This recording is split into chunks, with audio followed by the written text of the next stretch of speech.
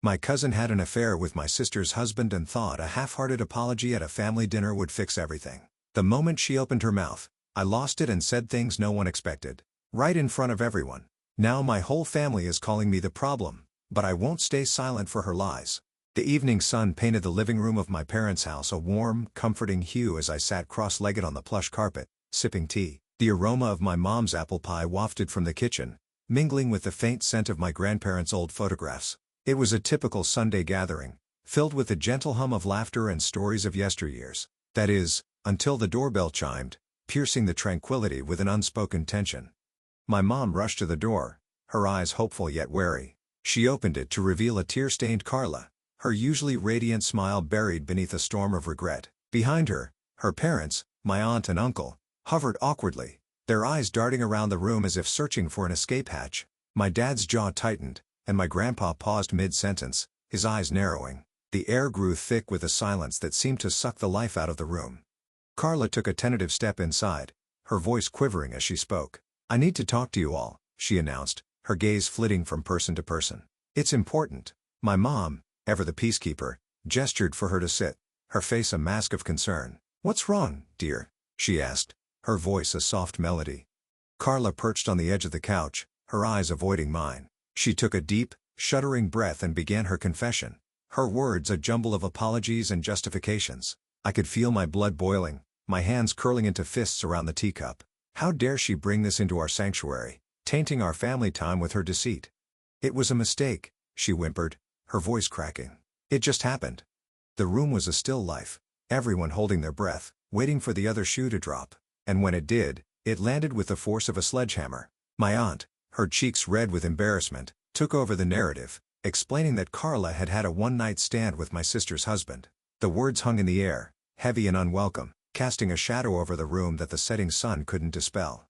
My grandma's hand flew to her mouth, her eyes wide with shock. Grandpa's chair scraped against the floor as he stood, his fists balled at his sides. "How could you?" he bellowed, his voice echoing off the walls. "How could you do this to your own flesh and blood?" I stared at Carla, my tea growing cold and forgotten in my hand. She looked up, her eyes meeting mine for the first time since she began her apology tour. In that moment, I saw not just the guilt, but the challenge. She was daring me to speak, to unleash the fury that I knew was simmering just below the surface. And so, I did.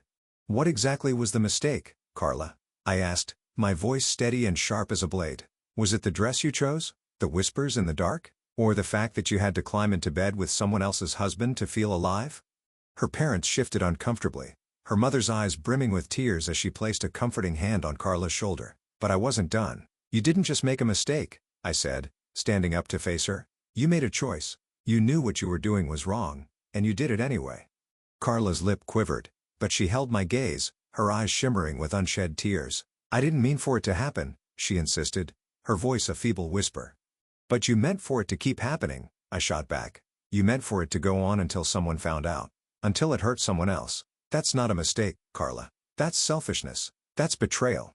The room was a tableau of shock and disbelief, everyone's eyes boring into me as if I'd just confessed to the unspeakable act myself. But I knew that in that moment, I had to stand up for my sister, for our family, and for the truth. I had to show Carla that her actions had consequences, and that she couldn't just waltz in here and expect us to brush it under the rug with a pat on the back and a sad story. "I'm sorry for speaking out of turn," I said finally, turning to my grandparents, "but I had to say it." The silence that followed was deafening, the only sound the ticking of the grandfather clock in the corner, marking the seconds as they stretched into an eternity. Then, slowly, my grandma reached for my hand, her grip firm and reassuring. "You did well, child," she murmured. "Sometimes the truth hurts, but it's the only way to heal." The tension in the room didn't dissipate immediately, but it shifted. The air grew thinner, the weight of Carla's confession sinking into the fabric of the couch cushions. Her parents exchanged a look, one that spoke of disappointment and regret, before they ushered her out of the house, their heads hung in shame. As the door clicked shut, my dad let out a long sigh. "You're right," he said, looking at me. "It's a mess. But you're wrong about one thing." I raised an eyebrow, waiting for the lecture that was sure to come. "You weren't cruel," he said. "You were just telling it like it is." And with that, the weight of the world lifted from my shoulders. I had stood my ground, spoken my truth, and somehow, I had not only survived, but earned the respect of the very people I had feared disappointing. The room felt lighter, the shadows chased away by the truth that had been laid bare. But even as we all took our seats once more, the scent of apple pie now a bittersweet reminder of what had transpired, I knew that this was just the beginning of a long, painful journey. A journey that would test the bonds of family and loyalty, and force us all to confront the darker sides of love and forgiveness. Mom remained silent, her eyes downcast, her thoughts a mystery to me. I knew she was torn between her love for her sister and her desire to protect me and my siblings from the ugliness that had just crashed into our lives. Dad's words of support felt like a balm on my bruised soul, but the gnawing guilt of potentially causing a rift in the family remained. The evening dragged on, the conversation stilted and forced. Grandpa tried to steer us towards lighter topics, but the energy in the room had shifted. The laughter was muted, the smiles strained. I couldn't help but feel like a tornado had ripped through the very foundation of our family gatherings, leaving only the rubble of our former harmony. When it was time for everyone to leave, I approached my grandparents, who were sitting side by side, holding hands. They had always been the rock of our family, the glue that held us all together. "Grandma, Grandpa, I'm so sorry for what happened tonight," I said, my voice cracking. "I never wanted to bring such ugliness into your home." Grandma looked up at me, her eyes filled with a wisdom that spanned decades. She patted my hand gently. "You don't need to apologize for speaking the truth, dear," she said. "We're just sad that this had to happen at all." Grandpa nodded in agreement, his jaw still tight. "But your sister needs you now more than ever," he added. "Don't let this come between you." Their words resonated within me, a gentle reminder of the love that had always been the bedrock of our family. Despite the turmoil, their unwavering support was a beacon in the storm. I knew then that I had to find a way to navigate the treacherous waters ahead without losing sight of what truly mattered. In the days that followed, I found myself lost in thought, pondering over the complexities of relationships and the fine line between right and wrong. I felt a strange kinship with Carla, both of us caught in the crosshairs of a situation that neither of us had wanted. But as much as I understood her pain, I knew that my loyalty lay with my sister, whose world had been shattered by the actions of those she had trusted most.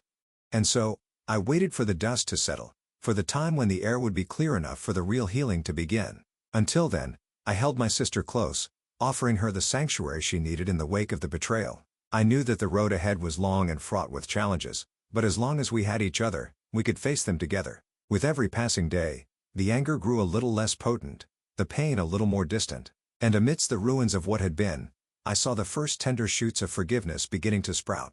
Not for Carla, not yet, but for the idea that we could all move forward from this, stronger and more united than before. The silence between my mother and me grew thicker, a palpable presence that seemed to follow us wherever we went. She avoided my gaze, her eyes speaking volumes of disappointment and hurt. I knew she felt torn between her love for her sister and the need to stand by her own daughter. It was a burden no one should have to bear, and I ached for her. One evening, after dinner, I found her in the kitchen, wiping down the counters with a ferocity that suggested she was trying to scrub away more than just the remnants of our meal. "Mom," I began tentatively, "I know you're upset with me." Her hands stilled, and she turned to face me, her eyes brimming with unshed tears. "I'm not upset with you, sweetheart," she said, her voice hoarse with emotion. "I'm just sad. Sad for all of us. For your sister, for your aunt, for your uncle, and for Carla. This isn't how I wanted our family to be." "But it's not our family that did this," I reminded her, taking a step closer. "It's just Carla, and she has to face the consequences of her actions." Mom sighed, leaning against the counter. "I know," she said softly, "but family is complicated. And sometimes, we have to hold on to hope that things can get better, even when they seem beyond repair." Her words lingered in the air, a gentle reprimand wrapped in a blanket of love. And as much as I wanted to hold on to my anger, to let it fuel me and keep me standing tall, I knew she was right. Forgiveness wasn't about letting Carla off the hook, it was about choosing to release the toxic hold her actions had on me, on us. It was about choosing to heal, even when it felt like the most difficult path to walk. In the quiet of my room, I pulled out my phone and stared at Carla's contact, my thumb hovering over the call button. What would I say to her? Could I ever find the words to bridge the chasm that now yawned between us? But as I looked at the picture of us, taken at a happier time, I realized that it wasn't about finding the right words. It was about taking that first step. And so, with a deep breath, I dialed her number, my heart racing with every ring. The call went to voicemail, but I didn't leave a message. Instead, I hung up and sent her a simple text. "We need to talk." It was a tiny olive branch, but it was a start. I knew that the path to forgiveness was a winding one, filled with potholes and detours. But as long as I had the support of my parents, my sister, and my grandparents, I was willing to take that journey, no matter how arduous it might be. The next day, I received a response, a tentative okay. When? It wasn't much, but it was something. A flicker of hope that maybe, just maybe, we could find our way back to each other. And as the days turned into weeks, and the weeks into months, the anger slowly gave way to understanding, and the understanding to something that felt suspiciously like empathy. Carla had made a mistake, a grave one, and she had to live with the consequences. But she was still my cousin, and she was still a part of our family, however tattered and torn the fabric of our relationship had become. And as the seasons changed, and the leaves outside my window painted the world in hues of gold and red, I found myself looking forward to the day when we could all sit around the dinner table again, sharing stories and laughter, the shadow of betrayal a distant memory. Because family, I realized, was not about perfection. It was about love, and forgiveness, and the unshakable bonds that endure even the darkest of storms. It was about finding the courage to face the truth, to stand up for what was right, and to offer a hand to those who had stumbled along the way. And as I watched the sun rise on a new day, I knew that no matter what the future held, we would face it together, as the family we had always been, and the one we were destined to become.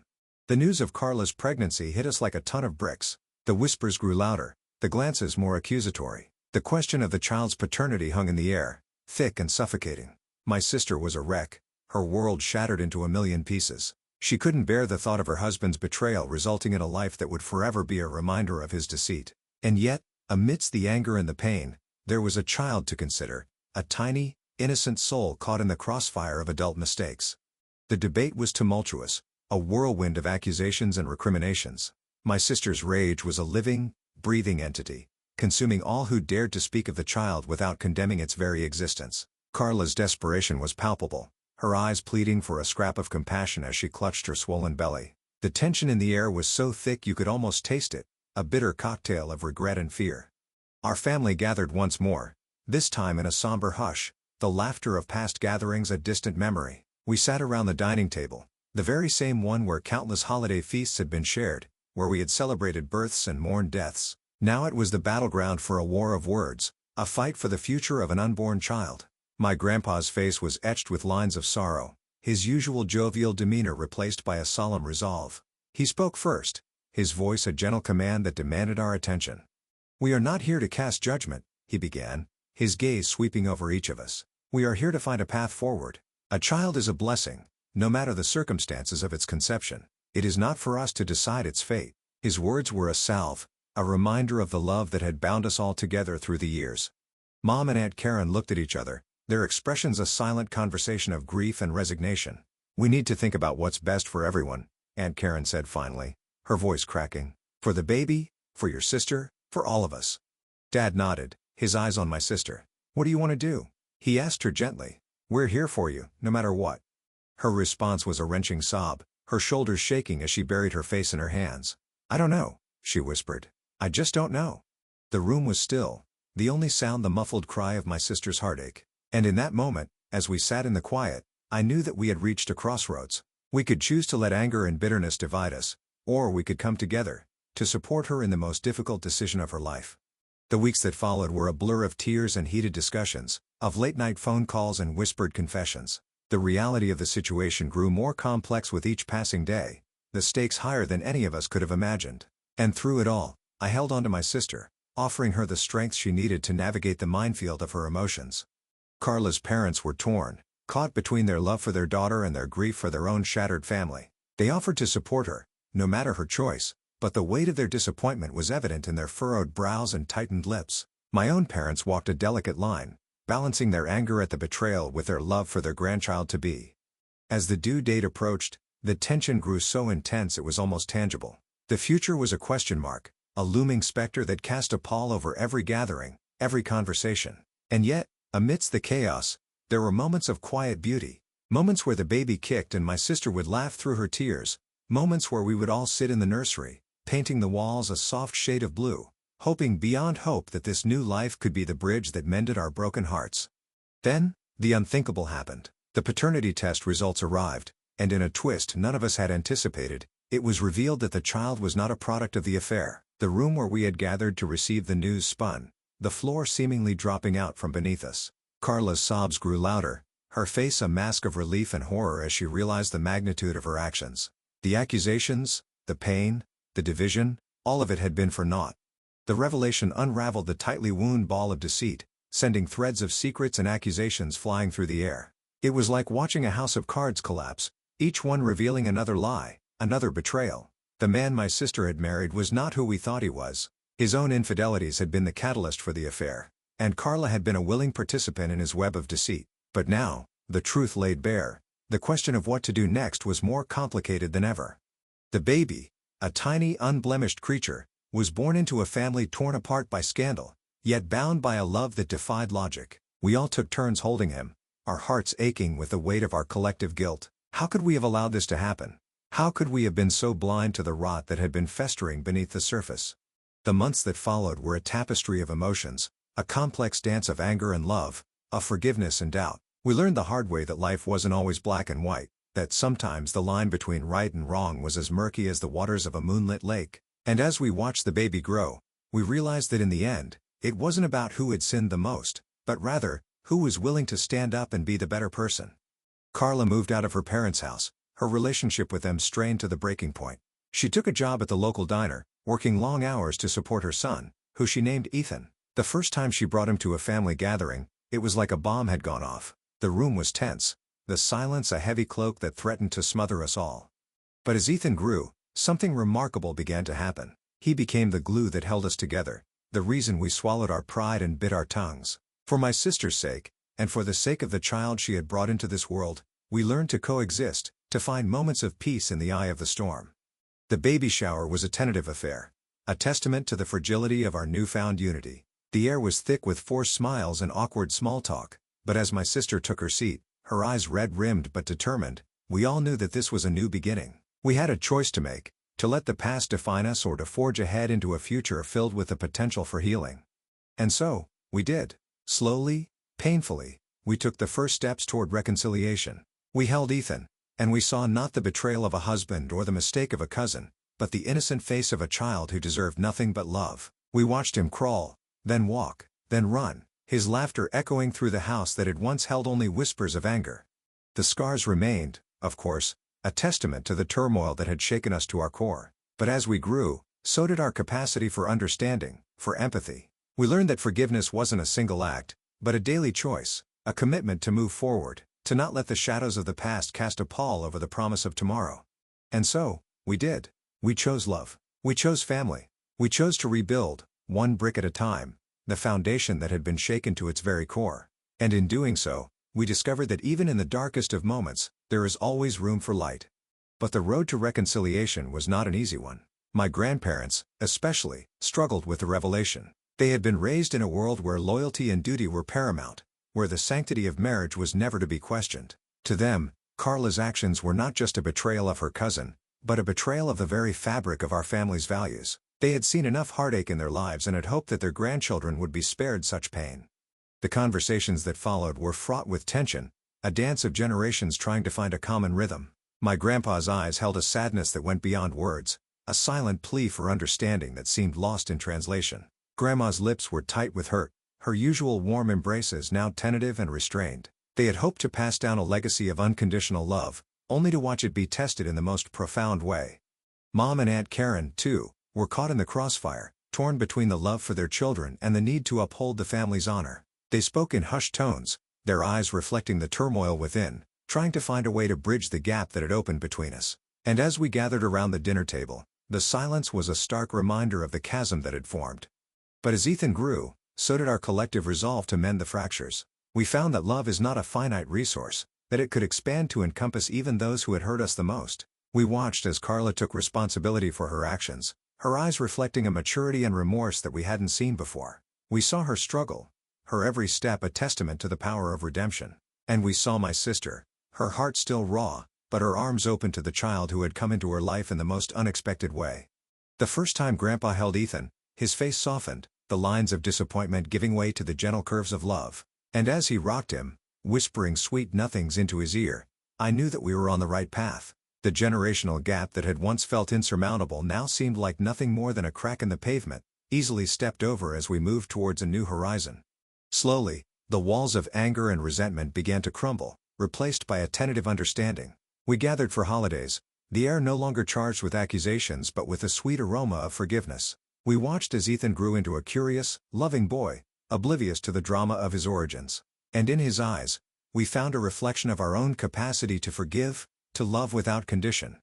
The grandparents, once a bastion of unyielding tradition, began to see the world through new eyes. They saw that love could be messy, that it could come in forms they had never expected. They saw that loyalty was not about turning a blind eye to wrongdoing but about standing by those who were trying to make things right. And as we sat around the table, sharing stories and laughter, I knew that our family had grown stronger, not weaker, from the storm that had ravaged it. We had learned the hard way that love is not a static thing, that it evolves and morphs with each new challenge. We had learned that the ties that bind us are not unbreakable, but that with patience and perseverance, they can be woven back together, creating a new pattern, a new story. And as we watched Ethan play with his cousins, the sound of their laughter ringing through the house, we knew that the future held more than just the echoes of the past. It held the promise of a love that could overcome any obstacle, a love that was, in its own way, perfect.